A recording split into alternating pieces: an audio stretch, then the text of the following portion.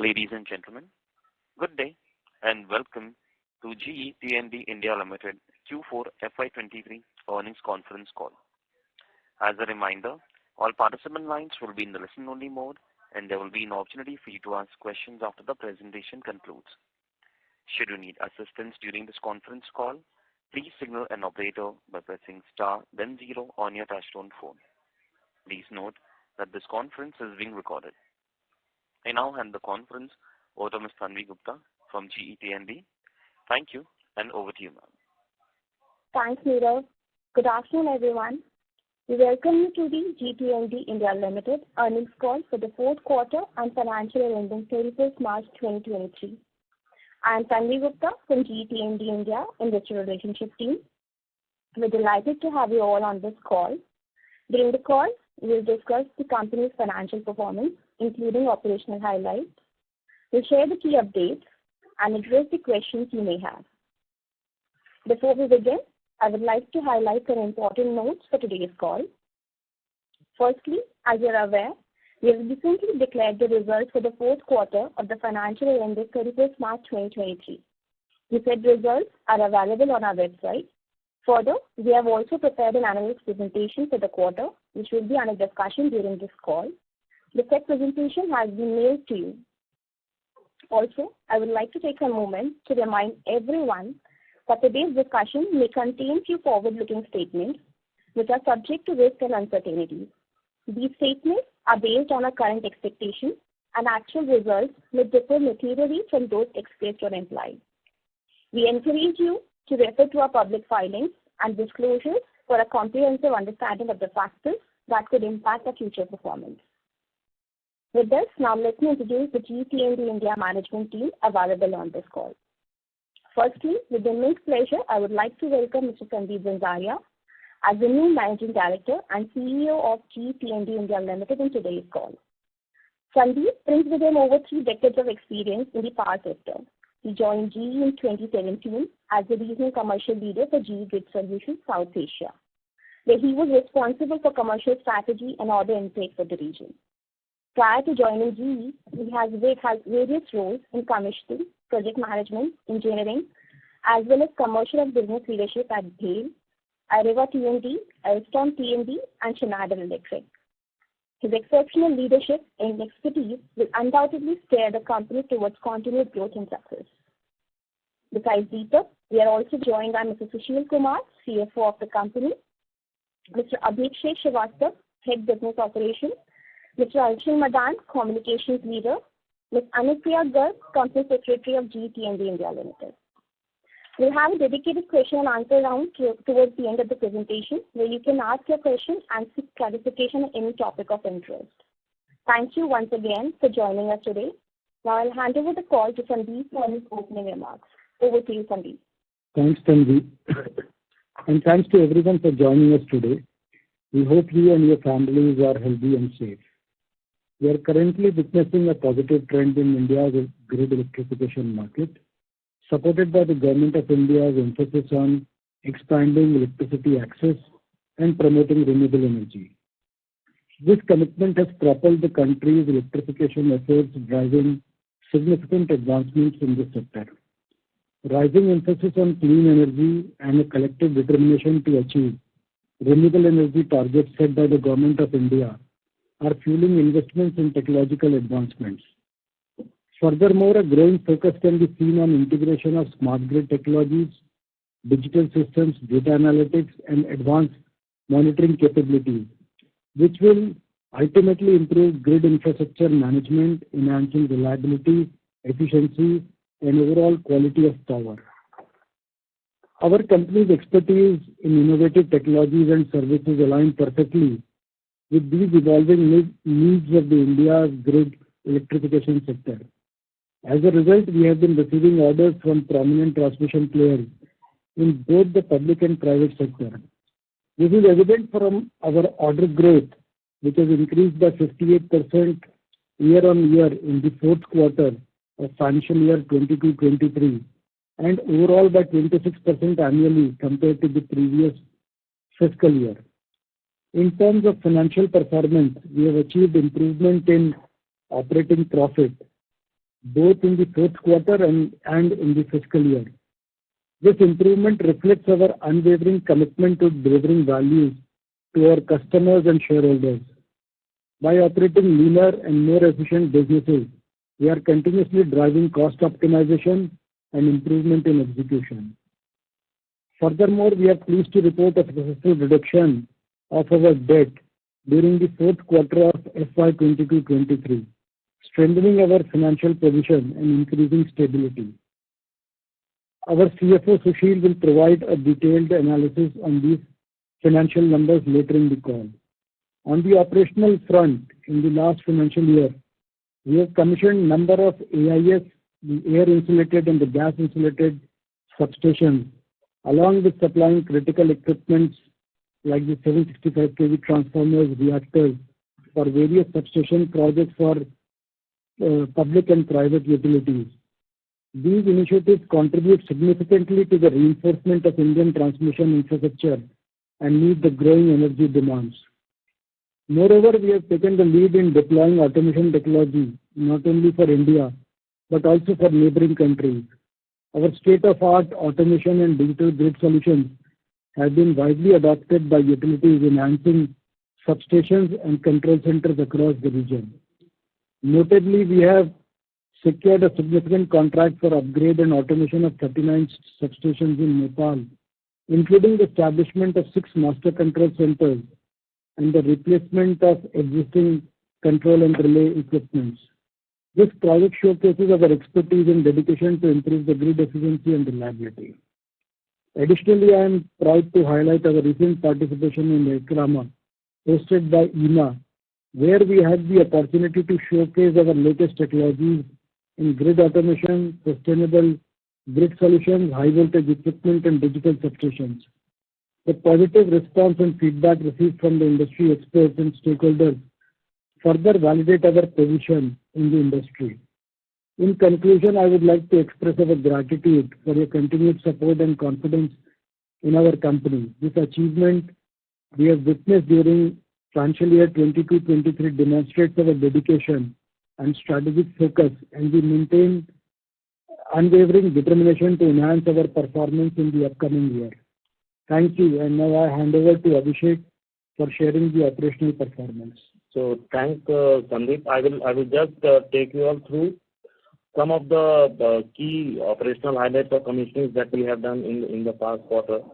So our pursuit for serving our customer with uninterrupted supplies and making and strengthening the network stronger, we delivered a few very critical substations for our customers. So one of them was a 66 kV gas insulated substation for the city of Delhi for Tata Power Delhi Distribution Limited. So this was one of the critical supplies, and based on the expectation of the customer, we were able to commission it almost ahead of schedule on 31st of March as per the expectation.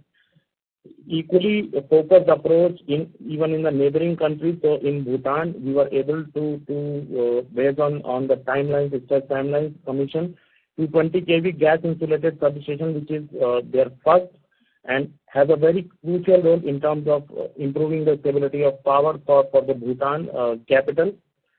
Similarly, again, one of critical substations for Delhi Transco, which was a 56 kV GIS substation at Gopalpur, was commissioned on 31st of March. And then adding to the capacity installed base in terms of commissioning of transformers and reactors. So we served and helped our customers like Sterlite, Bhutan, Adani, and JP, wherein almost close to 1200 MVA of capacity was added. In addition to that, we had delivered the SCADA system for Odisha utility, which is Tata Power South Odisha Distribution Limited, wherein our project is helping them monitor close to 100 distribution substations, and similarly, additionally, we are working for the other 2 utilities, which is for the Central Odisha and Western Odisha. So I hand over to Sushil to take us forward through the financials. Thanks, Abhishek, and good afternoon, everyone. In terms of financial performance, first talking about our orders performance. In the quarter 4 of the financial year, we achieved 8,706 million of orders, which is 58% higher than the fourth quarter order booking in the last financial year. Overall, for the entire financial year 22-23, we booked orders of 27,359 million, representing a 26% growth over the order booking in the last financial year. Key orders that were booked during the quarter 4 of the financial year mainly included upgradation and automation of 39 substations in Nepal, located across 6 different locations by Nepal Electricity Authority. Order from a large private transmission company for supply of 765 kV 110 MVAR reactor for substation in Narendra and Pune. An order from Power Grid Corporation of India for supply of 765 kV reactor for their project in Narela. Centralized remote protection substation automation system. Order from various private transmission companies like KEC, Techno and Kalpataru. And 220 kV order gas insulated substation from Sri Electrical and KN India. Moving to the next page on our PL performance. During the quarter 4, we achieved a revenue of 7,031 million, representing a 6.2% growth versus the quarter 4 in the last financial year. However, there was a significant improvement in terms of operational execution, and our EBITDA improved from a loss of 1,356 million in the last year to 316 million of positive EBITDA in the current financial year, quarter 4. And this EBITDA represented about 4.5% of revenue. There was a corresponding improvement in the profit before tax and exceptional item as well. Overall, for the entire financial year, the revenues were at 27,732 million. This represented a 9.5% reduction versus the last earlier financial year. However, again, a significant improvement in terms of EBITDA performance, where we achieved about 4.9% EBITDA for the entire financial year at around 1,355 million. Moving to the next page, where we give details of the breakup of orders, revenue, and backlog. So during the entire financial year, our order booking, as I mentioned, was 27,359 million. Of this, 35% of orders were from the export market, and 65% orders were from the domestic market. Out of the total revenue of 27,732 million, about 30% of revenue came from the export market and 70% revenue from the domestic market. End of the financial year, we had a backlog of around 37,000 million, of which 70% were from the private customers, 14% from state utilities, and 60%.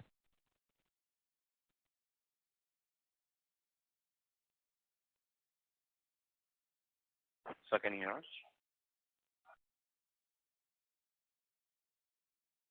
Hello, sir, can you hear us? Ladies and gentlemen, please stay connected.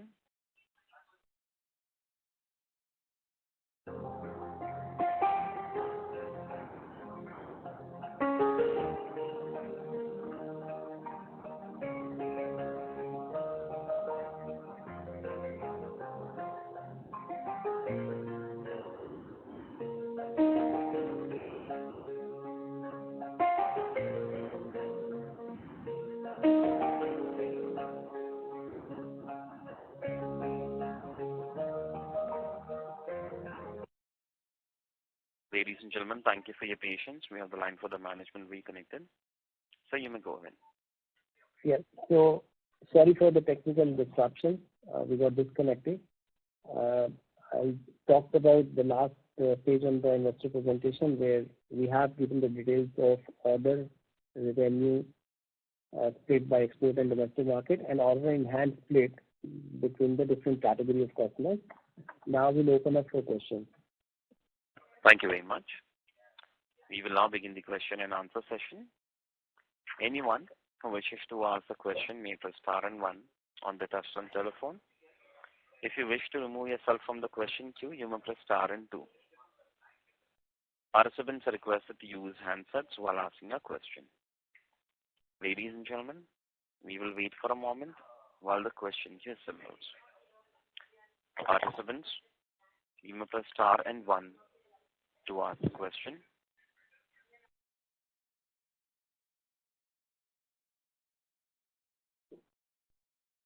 The first question is from the line of Parikshit Kandapal from HDFC Securities. Please go ahead.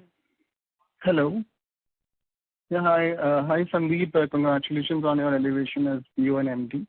So my first question is on assuming this leadership role.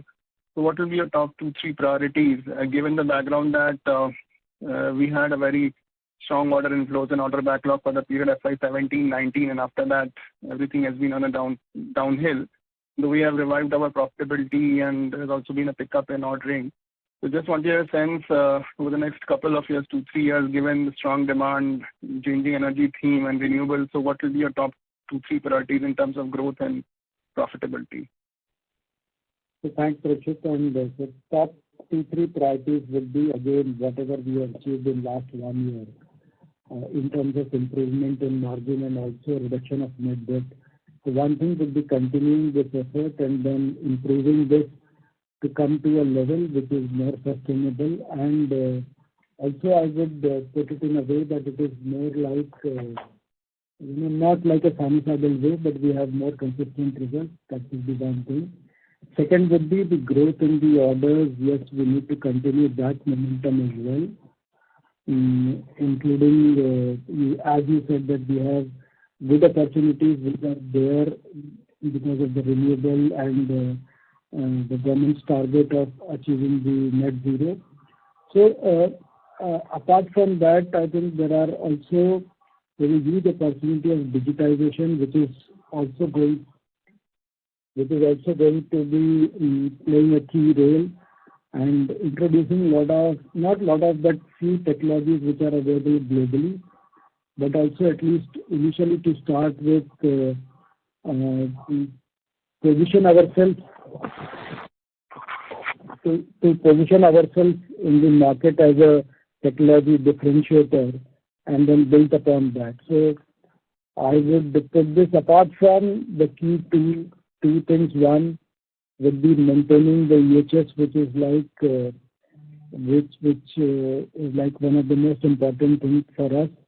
And then second, also to keep on for the talent upgradation and also for the upskilling of the people, because the way technology is changing, we also need to keep on changing much faster as the market expectation is also growing faster and faster. Okay. My second question is on this scale of revenues currently at 700. Right, we have been averaging last three quarters at 700, so which is kind of a break even if I look at the PBT level. If the profitability has to be improved and the gross margins at around 30%, so we need to ramp up this to almost 1,000 crores to really have some meaningful profit.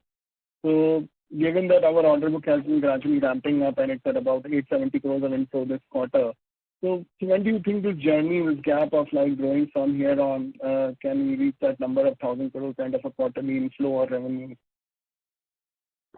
Thanks, Parikshit. This is Sushil. As you rightly mentioned, the order booking in last couple of quarters has picked up. We are on an average in last 6 months close to an average of 8,000 million of order booking. And our endeavor is to grow it further. And also you would notice that one of the endeavor is to, as you earlier highlighted, was to be selective and win more profitable orders, as well as to grow volume from the export segment. As this momentum continues, we also intend to increase the order booking further, continuing the themes of better profitability and mix that I talked about. Reaching a revenue of 1,000 crores candidly will be a bit kind of take time, because we don't just want to achieve a revenue which does not actually result into a profitability in the P&L. But endeavor is to definitely keep growing from here on. Okay. And just one more thing on this, typically in this business, so we cater the segmentation which we give. So if you can give some more clarity, are we present in segments like railways, industrials, and so utilities is a large segment, but within that railways and transport, industrial segments, so in terms of product portfolio, So what kind of opportunity do we have at play at railways like Vande Bharat, the kind of opportunities in the transportation segment? So do we have the product line like traction transformers there, or how do we play that segment? So, yeah, Prashant, so we are not, Sandeep here, so we are not present into that segment, the transportation segment, but we are definitely present into the industrial segment. For example, few of the orders that we have taken are from refineries, also from data center. So in the industrial segment, we are present, but not in the transportation.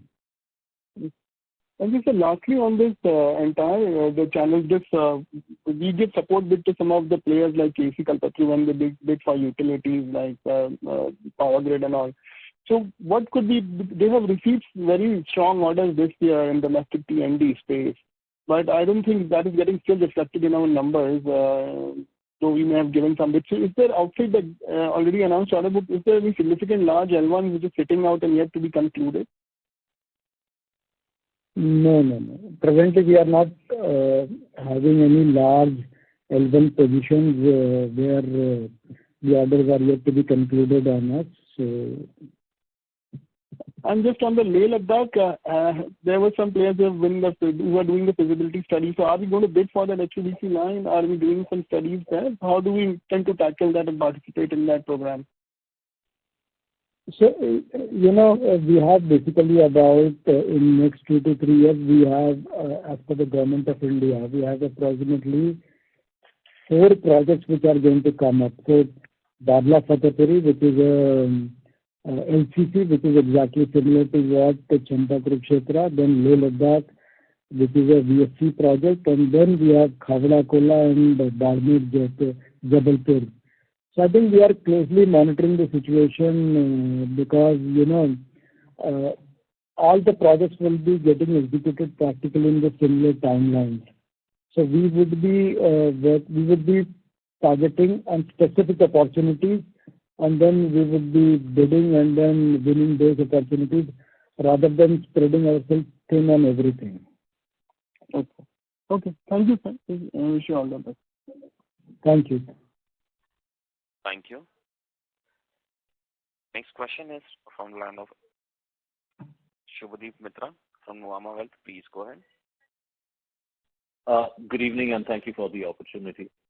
So my first question is, on the back of the previous question on the HVDC market size.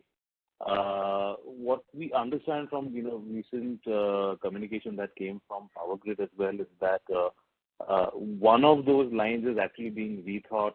I think the Khavda line is actually being rethought and may fall out of the HVDC basket. Do you see that in any manner, hitting the overall addressable market for you? Because it might still remain high voltage, just not on the DC side. But in the last transmission committee minutes, what I've seen is that the Khavda Kola project has been cleared by the transmission committee, and of course, we are also discussing on that project with PA and all. So at least I'm expecting that not to drop off, because eventually when Khavda becomes a 30 gigawatt project, the evacuation of power will be very critical. So HVDC remains a key. Understood. And if I have to, look at the Leh Ladakh line, what we understand is, there are some project studies going on over there, but maybe GET&D is not part of it. Are there any product gaps because of which, we are not part of the Leh Ladakh site study or something of that sort? So that's a business strategy. I think we focus, as Sushil said, that the part of being selectivity. So there are certain projects which we target, certain projects which, because of we do a risk analysis and then we decide whether to participate or not to participate.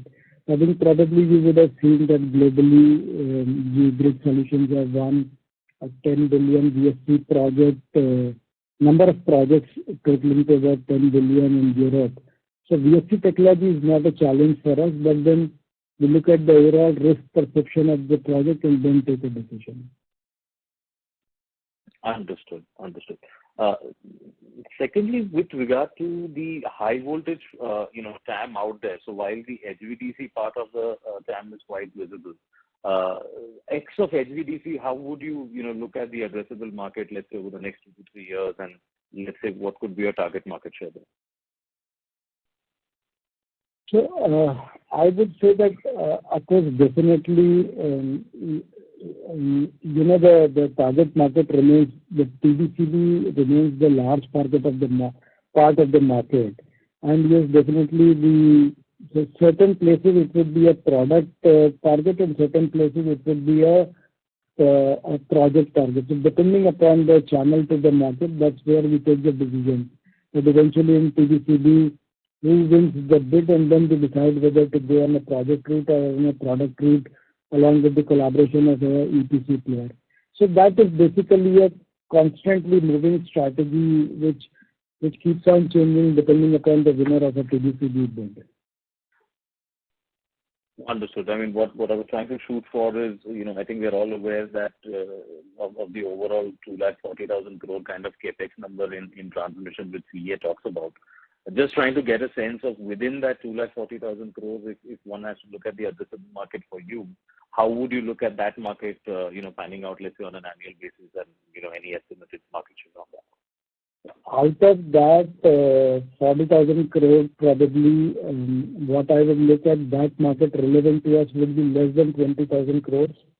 I think it would be in the range of close to about 15,000 crores, because when CA talks about 40,000 crores, that will include transmission lines and other aspects of the project as well. So for us, the addressable market out of that 40,000 crores will be slightly lesser than 15,000 crores. So this is overall 15,000 crores spread over a period of maybe 4 or 5 years. Did I understand that correctly? No. What basically I'm saying, out of the 40,000 crores what you were saying, but close to about our assessment, what we do for the total market addressable for, of course, is close to about $3 billion, which is close to about 25,000 crores annually. Understood. So 25,000 crore annually is the number that we are looking at. Yeah. Understood. Perfect. Thank you so much for answering my question. Thank you. Thank you. Next question is from the line of Mohit Kumar from ICICI Securities. Please go ahead. Yeah. Good evening, sir, and congratulations on the appointment as CEO. So my question is, first question is, do we have the capability to take up more than one HVDC project at a time? And how much localization we have done in this country for HVDC? So, Mohit, thanks for your compliment, and so this will also depend upon that what is the time frame which the HVDC project execution is being demanded for. So I'm just giving you an example that if suppose there are 2 projects which have to run in like a 36 or a 40-month schedule, maybe 2 projects might not be possible. But if the timelines are extended, and then there might be a possibility to do that. If I really look at the localization part, GTND was the first one in the country to have supplied a 800 kV HVDC transformer. So the complete transformers are manufactured at our Vadodara plant. Also, if you really look at other aspects of it, there are certain components, of course, which are like based, like for example, it might be a valve cooling systems, and to some extent certain technologies of bushings, etc., which come from outside. But otherwise, if a ballpark number, if I have to put in, it would be close to about maybe about 40 to 50%, depending upon the composition of the project, is what is localized. Understood, sir. My second question is, sir, of course, we are the energy transition, and renewables will become higher and higher in the proportion in the grid. But do you think there's a gap in the product portfolio? Do you think we need to bring some of the product from maybe Europe to the India to meet the demands of the Indian market, and the product which are maybe may not be localized and would like to localize? So, just to update, I think probably whatever is manufactured in Europe for GE, the grid solution, except with the exception of one or two products. Of course, where the global requirement is so small that it needs justification only to have globally one factory or two factories. Everything is manufactured by GE T&D in India. So, for example, if it's transformers, instrument transformers, GIS, control relay panels, relay, circuit breakers, gas insulated switchgear, everything that is manufactured globally is manufactured in India. So, if I really look at the footprint point of view, we are close to maybe about more than 95% of the footprint which gets manufactured in India. Of course, into this there are certain products which, for example, today have a demand more in Europe, like GQ and all. Today the demand is not there, and we are in discussion with a lot of customers to promote GQ. I think once the acceptability of that product will start, when we have a full-fledged factory, it is only adding a product line, so it's not requiring any major investment in terms of that. So, if that answers your question. It does, sir. My third question, what kind of product you have in the industrial segment, especially on the refineries and data centers, or something you can just elaborate, is it primarily related to electrification, or there is something else It is primarily related to transmission side only, like for example, we have transformers, we have circuit breakers and control relay panels and GIS.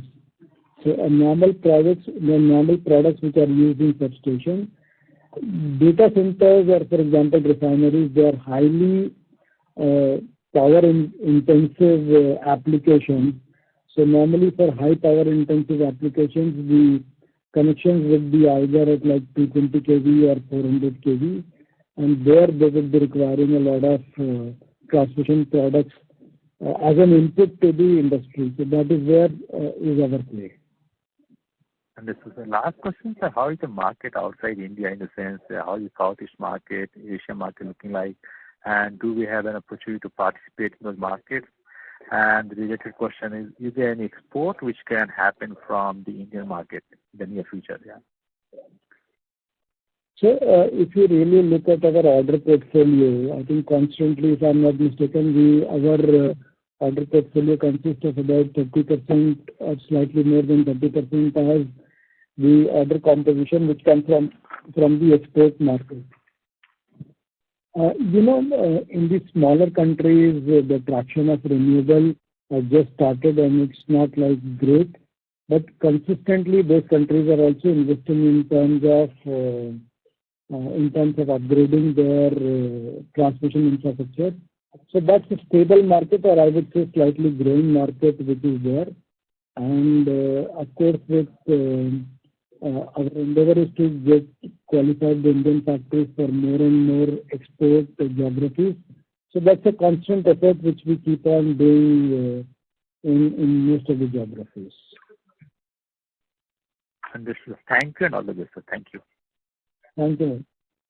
Thank you so much. Participants, you may press star and 1 to ask a question. Next question is from the line of Raj Rishi, individual investor. Please go ahead.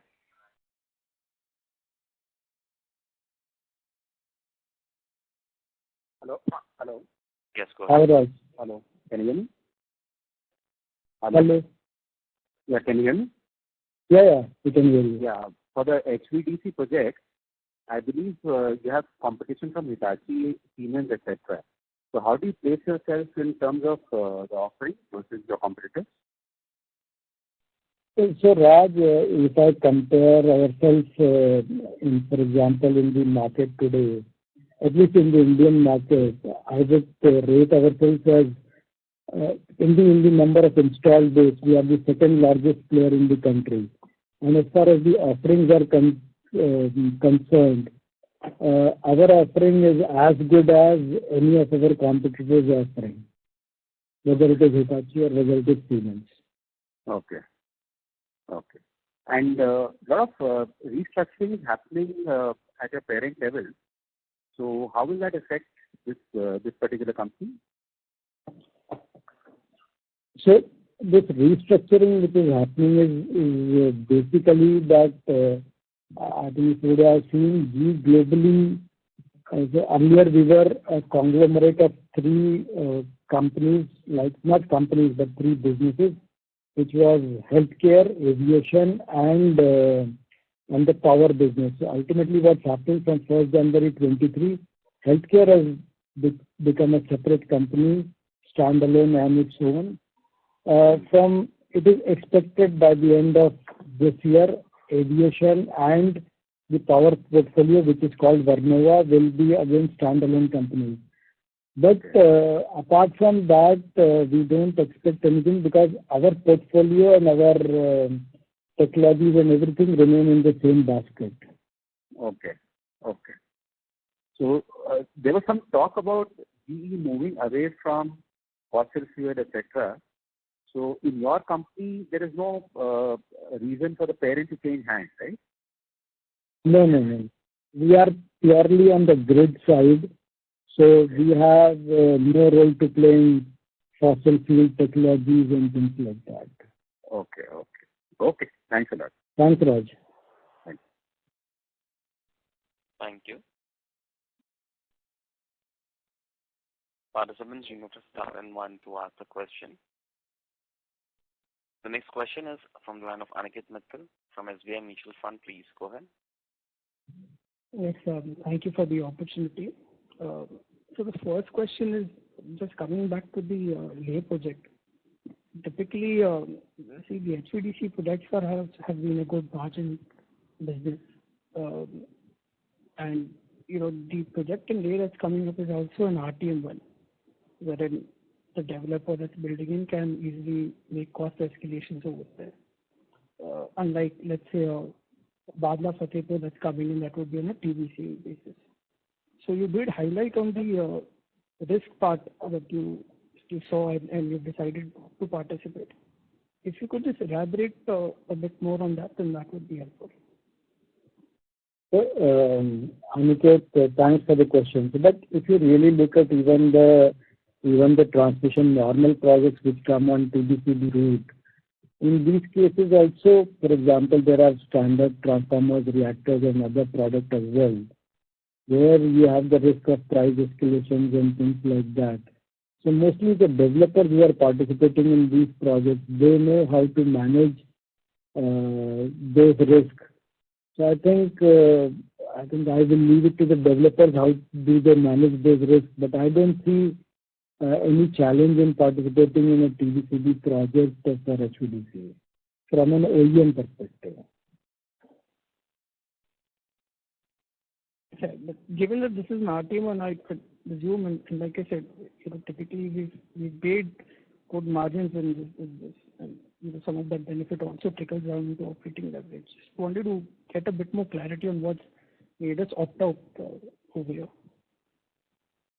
So, as I said that the tenders have not yet come in, so we have not said that we have opted out. We have just said that, okay, as of today, we have not participated in the FEED study because, the FEED study will require the specifications to be formed, etc. But we always have a right, because once the tenders come out, then we can always participate in those tenders, because those tenders, based on the qualification requirement, we do qualify. So I have not said at any point of time that we are not going to participate in Leh Ladakh.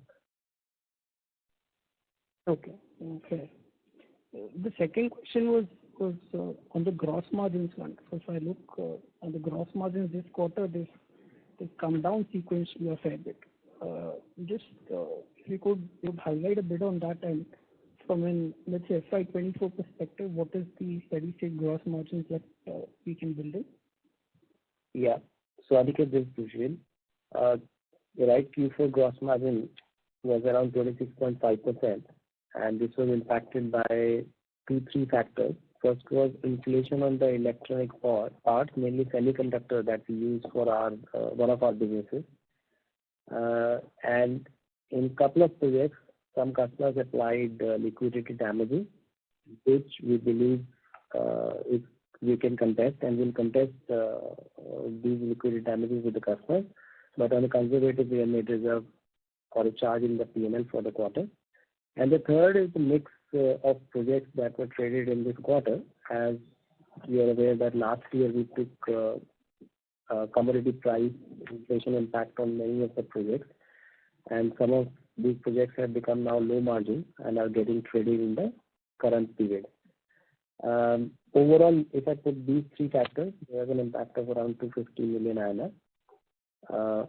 However, if you look at the full year number we achieved around 29% of gross margin, significantly improving from 22.6% in the earlier financial year, and this is in line with where we had called out a number on gross margin for the current financial year. On the question around the next financial year, and I'll not give a guidance, but we'll say that our endeavor is always to improve the margin from here on, considering all the efforts, whether it is through mix of project or better pricing and efficiency or productivity. We'll take endeavor to improve it further. Okay, fair. So if I adjust for the 250 million, I think roughly we're about 30% gross margin mark for this quarter as well. Yes, but I'll request that let's look at the entire year, and I'll not call these out as exceptional because these are the business-related expenses. And technically, if you'd like to adjust for a comparison, fine, but overall 29% for the financial year, which we will endeavor to improve. The other question was just to understand on the addressable market. I think you did mention that that stands at close to 25,000 crores for us for this year. What was it, let's say, last year? What's it this year, and how do you see it growing, let's say, over the next 2 years? So I think the next year probably one of the factors what could be there is that the last quarter will be seeing the general elections also happening. So probably we like to see that where do we land in terms of the next year market scenario, because like the last quarter has a lot of a lot of projects which get divided between January to March. I think apart from that, but looking into the growth story of India in terms of renewable and in terms of requirement of transmission, we are pretty confident that the market is going to grow, maybe at a pace which will be like about excluding HVDC might be growing at a pace of close to about 7 to 10% every year. Thank you. Aniket, I'll request to join the queue again for a follow-up question. I request to all the participants, you may press star and 1 to ask the question. Next follow-up question is from the line of Shubhadeep Mitra from Nuvama Wealth. Please go ahead. Thank you for the opportunity once again. So, like you gave us a sense on the gross margin part, I just wanted to get a sense that if I am to look at, let's say, the next 2 to 3 year scenario on a normalized basis, is there any target range of, let's say, EBITDA margins that you would be, shooting for? Shubhadeep, we don't give forward looking guidance on a specific number target in the investor calls. But as I said, and Sandeep talked about endeavor for increasing the orders. I talked about endeavor for increasing the gross margin, further improvement in the cost structure. So these measures are the measures that will take to improve profitability, but I'll kind of refrain from giving a number target. Understood. Thank you so much. Thank you. Participants, you may press star and 1 to ask the question.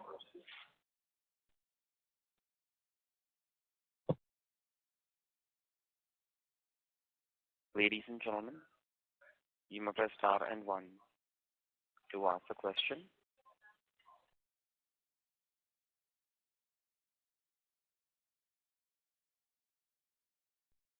Next follow-up question is from the line of Aniket Mittal from SBI Mutual Fund. Please go ahead.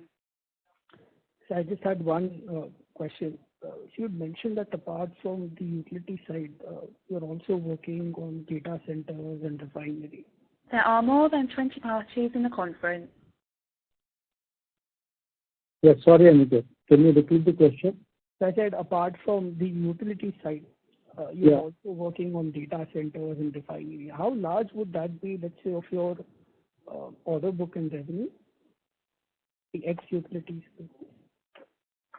So data center market is probably the order intake what we have today is not a very large part.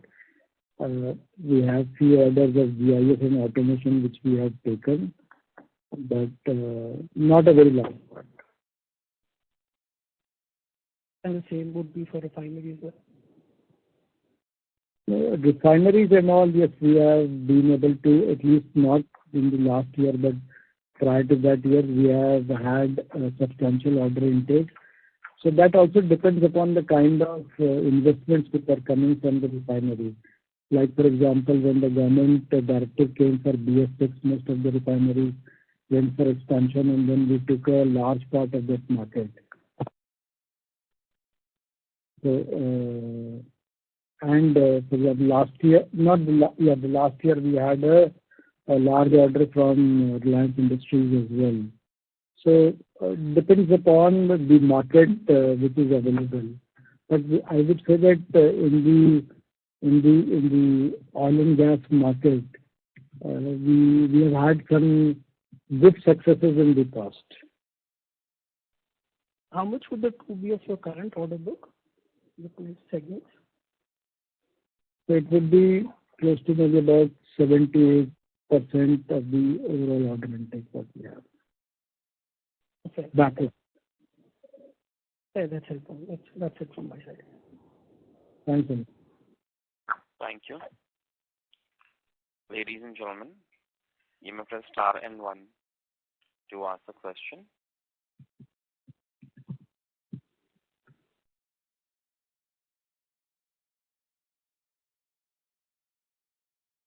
Participants, you may press star and 1 to ask a question.